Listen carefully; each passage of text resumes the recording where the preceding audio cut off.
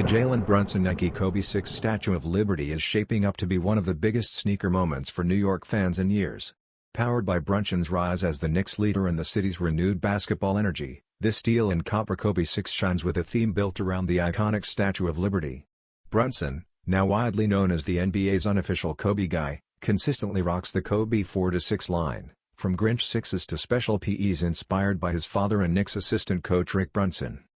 What makes this release even bigger is how long New York has waited for true sneaker relevance, with the last signature line stars being Carmelo Anthony and Derrick. Now, Brunson's impact, star power, and deep connection with the fan base push this Kobe 6 into must-have territory. Set to release holiday 2025 for $190, the Statue of Liberty colorway is already generating massive hype across the sneaker community.